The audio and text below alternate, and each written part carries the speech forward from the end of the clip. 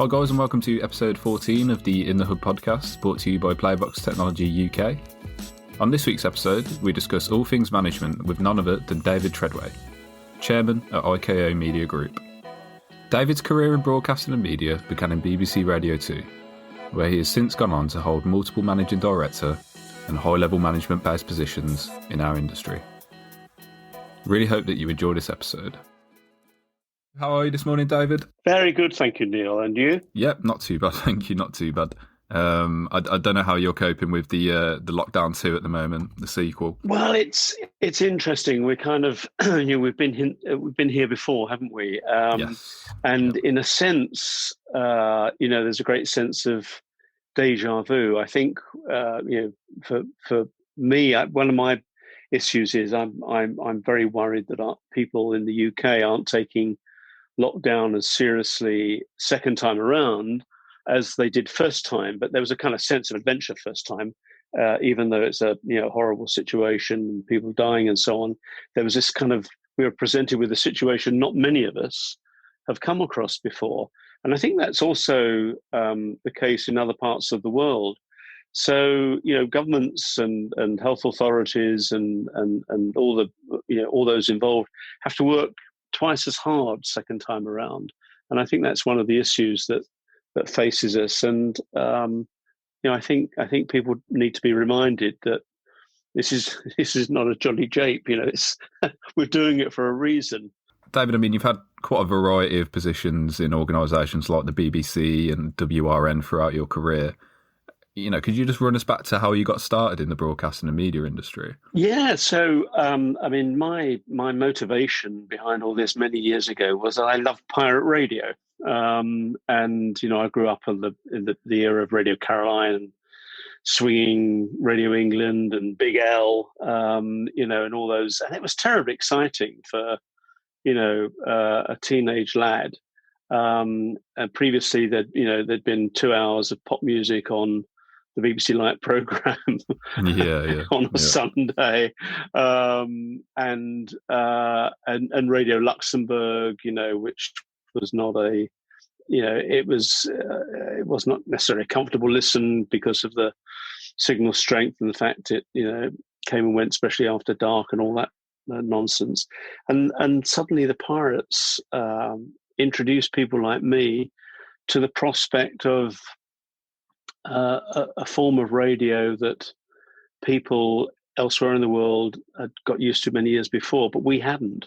And that really, I think, sowed the seeds for me wanting to be involved in broadcasting in some way. And initially I thought it was going to be a radio, and indeed my initial kind of forays into broadcasting were in radio through BBC Local Radio, and then national radio in the national regions in the UK.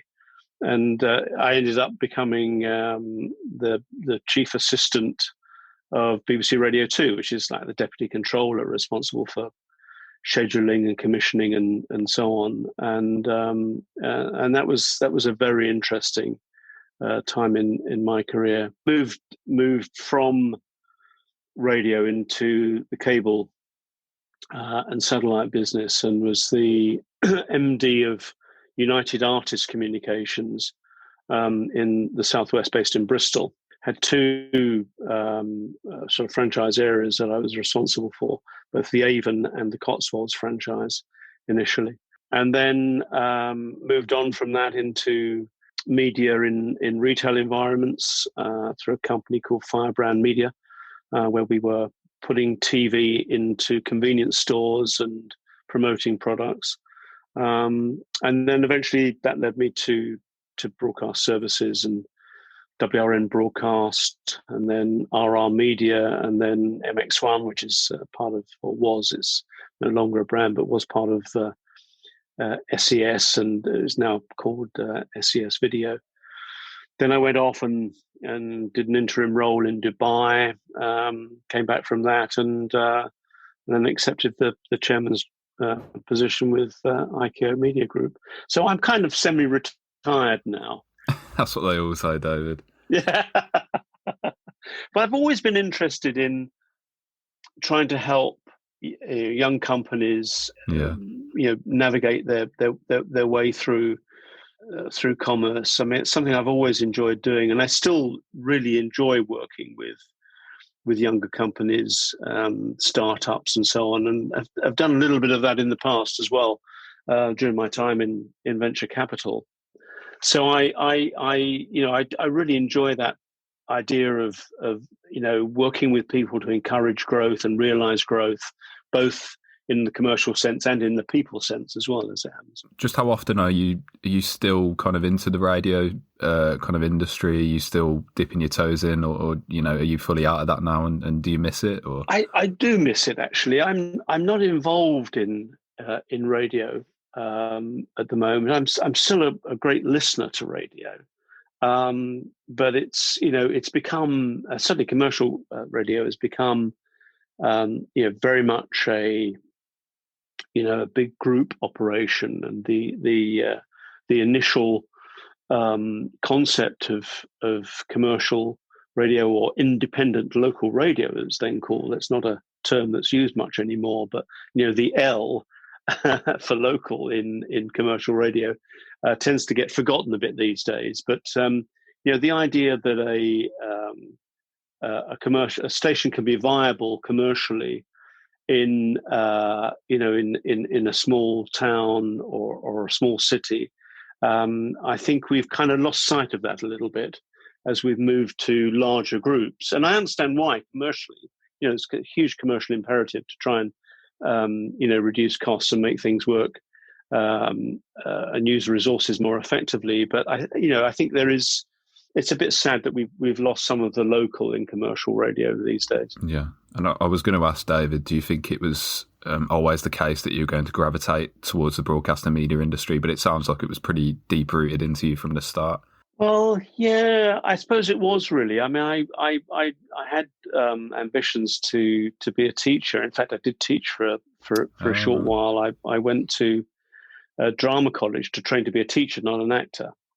And in fact, while I was at it was the Central School of Speech and Drama, or the Royal Central School of Speech and Drama as it is now.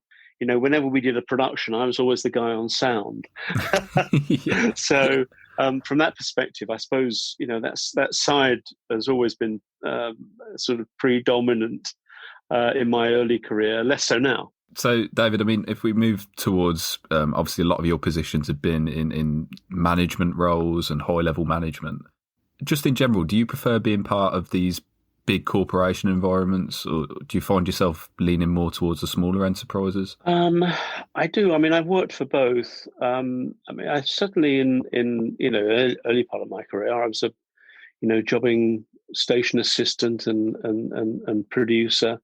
I spent a lot of time in music production, actually, both in Scotland and in Manchester, where I, in both places, ran what were then the BBC house orchestras for Radio 2, Scottish Radio Orchestra, and then the Northern Radio Orchestra.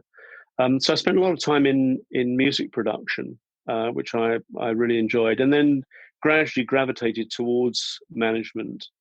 I was the head of the Radio 1 and 2 unit in Manchester, and then moved down to London as chief assistant Radio 2. But I'm not going to knock my time working for big corporations, because I learned a lot from them and thoroughly enjoyed my time with those organizations.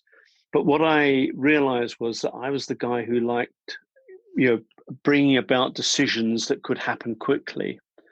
So if you're working with a small team in a company like WRM Broadcast, for example, we could put into action some things very, very quickly once we'd taken a strategic or policy decision. Whereas a large organization can take several months to do that. And so it made us very nimble. And that's the bit I really enjoy about business, being nimble and able to respond to events quickly, and potentially gain a commercial advantage in so doing. So I'm all for organizations that, even as they grow, always remember that actually, in essence, a successful company is a small group of people who make things happen. I think large organisations sometimes lose sight of that. I spent some time in my career in the venture capital industry, looking at investment opportunities and advising investors how to, whether to go ahead with those investments. And it's a sad fact of life that in generally the kind of what they call the mergers and acquisitions market, the M&A field, something like 90, very high percentage, high 90% of acquisitions don't really work very well. Companies, usually a larger company acquiring a small company, forgets why it's acquiring that company. It tries to turn it into a clone of itself. And I've had some very real experience of that, actually, with in one particular instance that I won't go into, where a company I was running was acquired by a larger company, and it knocked the life out of the younger company. And it was a very unsuccessful acquisition for that reason, because it destroyed the kind of the spark, the way suddenly things took 3 months to get decided rather than 3 hours. So I've always enjoyed certainly running and being involved in smaller companies, and still do. Those opportunities where I have to advise smaller companies. I thoroughly enjoy being able to persuade someone of an idea that's going to see real results quite quickly. Yeah. It really is only once you've worked in a larger kind of corporate environment or vice versa that you realise, just how long it takes for even the smallest decisions just to go through. You've got to go through so many different layers. Yeah, absolutely. I mean, having said that, it's the larger companies that are very often responsible for the big innovative changes in technology. So there's a perverse kind of other side to that. But I think the good bigger corporations are those that remember what it's all about, and it's all about making things happen quickly, not making a meal of corporate governance in the sense of overcomplicating processes and decision making and so on. It's what sometimes kills otherwise great corporations. No, 100%. So, David, in your experience, what is the importance of the people and employees within our industry, and how important have people been to you and your company's successes in the past? Well, I think that people are a company's most important resource. They're a company's greatest asset. It's people that deliver new ideas, new opportunities, new technology, new ways of making things happen. So, in my time as either an MD or a CEO, I've come to realize that, notwithstanding all the other responsibilities that a CEO has, strategy, maximizing, growth and profitability, delivering shareholder value, all those things, health and safety, all the legal stuff. One of the things that a CEO must really focus on is his team, putting the right people together in a team. So spotting people, nurturing that talent, developing and managing those people once you've got them in place. That's all crucial to a company's success. And I think I've had my ups and downs with that over my career, but when it's worked, I think it's the thing that gives me greatest satisfaction. And I can think of one individual who I won't name because it would embarrass him, who's now a very senior guy in the industry. It just gives me an enormous satisfaction seeing that guy's career blossom, and knowing that I played a part in helping it on its way. It's mainly down to him, not me. Let me make that very clear. Got to give yourself some credit.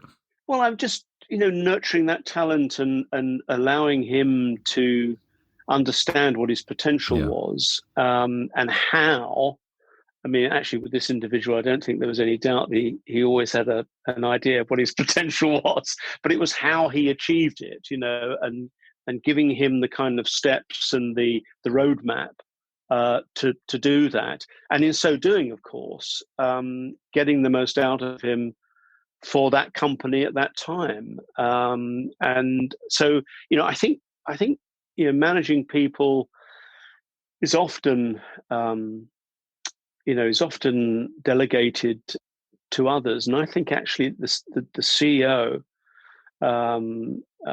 certainly in a smaller organization, it's the thing he really needs to focus, or she needs to focus and concentrate on, to make sure that they're getting the best out of their people, because the rewards can be dramatic if you focus and invest in that the time in that. The rewards can be fantastic, and there's no two ways about that. So I think people are the company's greatest asset, and we need to do all we can to make sure that they develop their potential.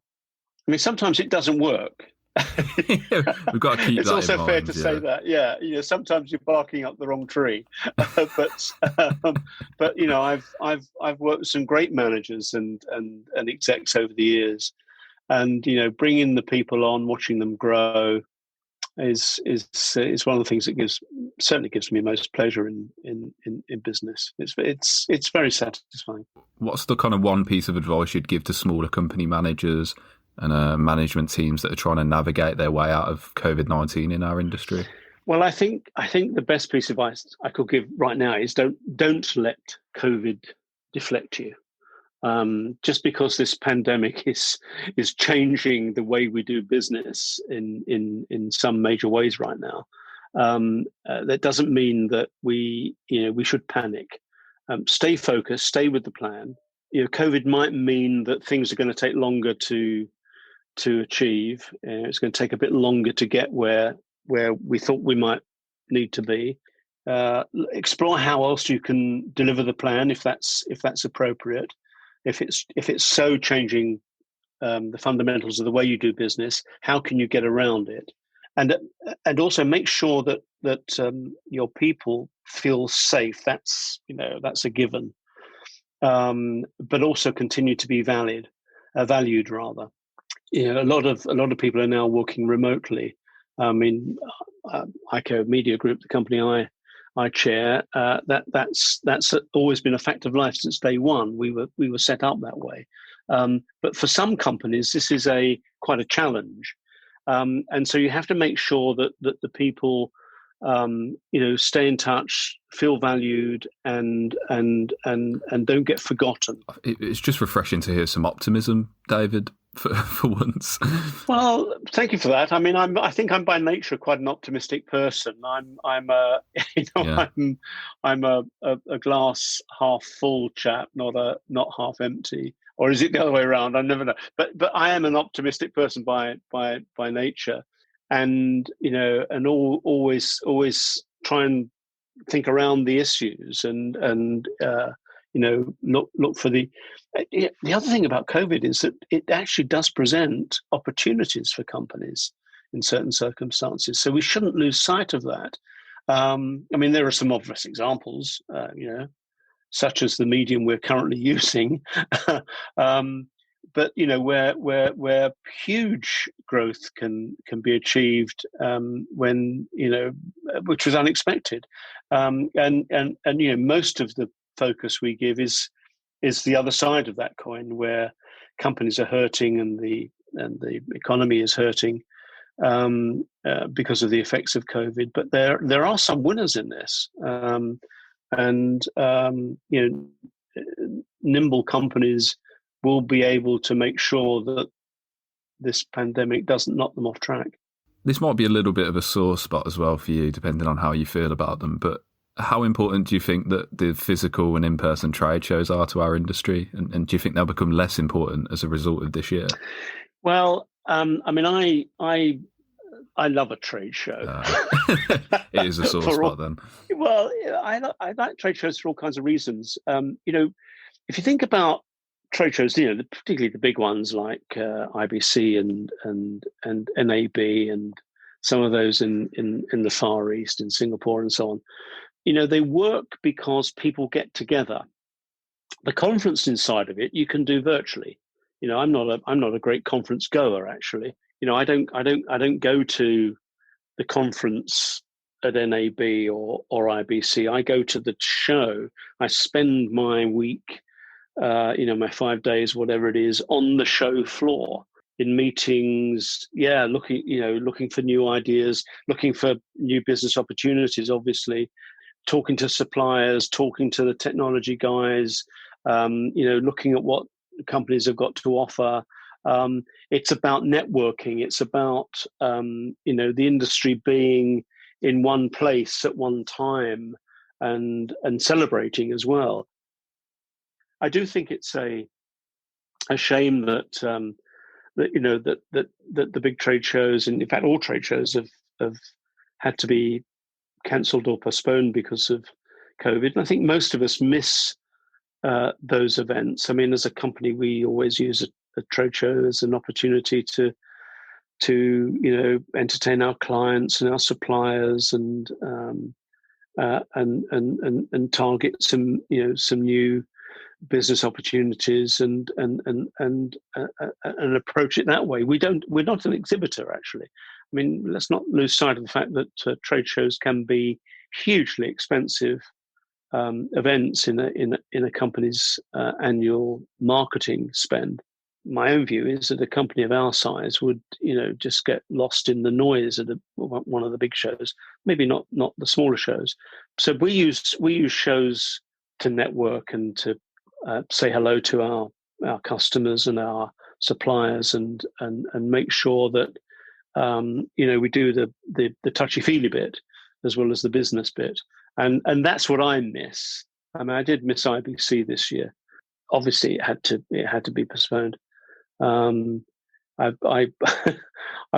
had flights booked twice for Dubai for CabSat. Oh no! And twice I had to move or cancel them. Finally, they bowed to the inevitable and said, well, it's a virtual event this year, but it's not the same, unfortunately. No, and I mean, good luck to those show organisers who are trying to make the best out of a difficult time. But I look forward to the return of the trade shows. I think they will we'll get back to them. I think they'll bounce back. Hopefully, I'm not sure whether NAB will happen as a physical show in 2021, but I'm rather hoping that IBC certainly will. By September, things should be much closer to normal. So I just think hasten the day. As soon as we can get back to them, the better, really. So just to finish on David, how do you think the future's looking for our industry in general? And we tend to ask guests to try and condense this into one word and then kind of further explain it. So that's quite difficult to use one word to encapsulate my feelings about the future. I mean, I think dynamic is the word I'd use for all kinds of reasons. As you said earlier on, I'm a bit of an optimist, and I do think that there's an exceptionally bright and dynamic future ahead in the satellite and distribution business and the broadcasting business in general. I think consumption of content has seen unparalleled growth this year. Because of people have been spending more time consuming it, whether it be on TV, whether it be online, however it might be. So I think there is a hugely exciting multi-platform future. It's already with us, but it's going to get even more exciting and develop even further. And I think that's going to be key to it. People often talk about the demise of linear, and it's going to be an IP future, and I think actually what's going to happen is it's going to be a multi-platform, multi-purpose future, in the sense that we'll be using, as we are now, different solutions for different needs, for different circumstances. So I don't think there's a one size fits all. And I Yeah. think, so I think it's hugely exciting. I mean, Yeah, I agree. I don't agree. think that, you would expect something like the pandemic to have a very, very bad effect on a sector like ours, certainly in the distribution side of the sector, because no new deals are being done and all the rest of it. Actually, they are. New deals are being done. Growth is still there. It's still happening. Okay, the OU side of certainly IKO's business took a huge hit back in February, March. Because things, sports and events just came to a shuddering halt very suddenly. But even in that, we've still seen a bit of a change as it's gone on, as events organisers and content owners, particularly the rights owners, have found other ways of doing things. Using television to bring the obvious example to bring soccer matches to the audiences that can't actually turn up and stand in the stadium. So there has been a change, but not just in OU, which, as I say, came to a shuddering halt for everyone. Back towards the beginning of 2020, the permanent services side, we've seen some growth as well. So it's been very, it's been different and it's been slower, but there's still been new business out there. So I think that's bodes well for the future when things do. Of course, when this thing finally ends, everyone's going to come roaring out of the starting gates at the same time, trying to do the same stuff. It, can't you? Yeah, absolutely. So make sure you know how you're going to behave well before that happens. Don't start suddenly having emergency strategy sessions. Then you should be doing that work now, and should have been doing it over the past few months, so that you know where you're going next year. Yeah, so definitely start planning for the emergence basically now. Oh, absolutely. It's just around the corner, I hope. Fingers crossed. If we move a bit more over to IKO Media Group, what's in store for the future of you guys, and has COVID-19 impacted the work you guys do? I know you said about back in February with OU, but if you could, delve a little deeper into that for us, that'd be great. Well, I mean, I suppose that's the obvious example. I mean, that's not it's a very important part of our business, but it's by no means most of our business. But it is starting to come back already, as I said earlier. So I think that was the obvious impact. I think that leads us to strategize and think about how else we can serve that part of the industry, and that's been ongoing for some time. I think we have seen some growth, a little differently to the way that we usually do it as an international company with people in all different parts of the world. We're quite used to remote working. What the other thing we are used to is doing a lot of traveling. Our execs are always somewhere else in the world, and of course that also came to a complete standstill.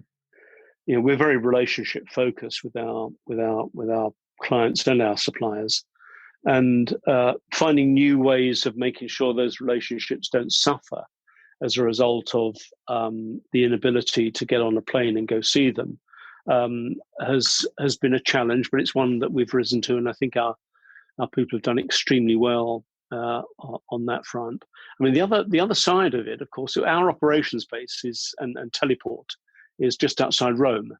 The immediate impact, if you remember, right at the start of this, Italy was one of the worst hit countries, and the impact that had on our staff, with people having to self-isolate, and the impact on rotas and the operations in general was significant. Actually, our team there did a magnificent job in making sure that staff were protected, that the operations continued to function normally, and that clients and their services weren't affected. I think we've learned some things about managing teams as well. out of that. So I think that's brought some strengths going forward. But I think I would like to pay tribute to our team in Rome, actually, for what they achieved during what was a very difficult time in Italy. And before it hit the rest of the world, really, the rest of us were sort of standing by, thinking, "Oh, I wonder if that's going to hurt us." A couple of weeks later, bang! Everyone was in lockdown. But we've learned from that. I think it has informed our view about the industry, the opportunities that are there for us. It's certainly informed our view of M&A opportunities, and I think watch this space on that front as far as IKO Media Group is concerned. I think there are some exciting things that will happen over the course of the next 12 months. So it's a time, I think, of a really exciting time of opportunity and growth for a company of our size. And I think we're going to come out of this much stronger, more determined, and more able to maximize opportunities than perhaps we went into it, just because we've learned and adapted as we've gone along. Definitely. I think massive respect to you guys for obviously everything you've been doing to navigate it, and obviously just your optimism. Well, thanks for that. I mean, I understand also the other side of it, and those people who are saying, "Oh gosh, this is bad news," and all the rest of it. And it is bad news for some companies. Some companies will go out of business. But I think business is about adapting. Business is about remembering why you're there, and what your end game is, and navigating the journey between wherever you start and wherever you end. And that road is never straight. Even in the best of times, that road is never straight.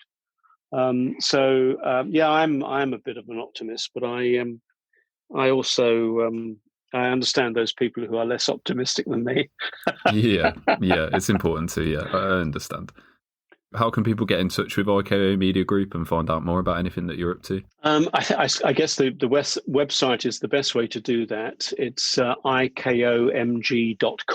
That's ikomg.com, and there you can hit the get in touch or the contact us button, and we'll get back to you. But we're always excited by new opportunities, and as I say, we're motivated by delivering products and services and solutions that work for the client, developed to fit their needs. That's the way we work. That's just the way we are. And we hope we'll see you all again at IBC in September. So, David, I mean, that's everything. So thanks so much for taking the time out to speak to me this morning. It's been much appreciated. My pleasure. Thanks, Neil, and good luck to all of you at PlayBox too. No worries, you too, David. Thank you.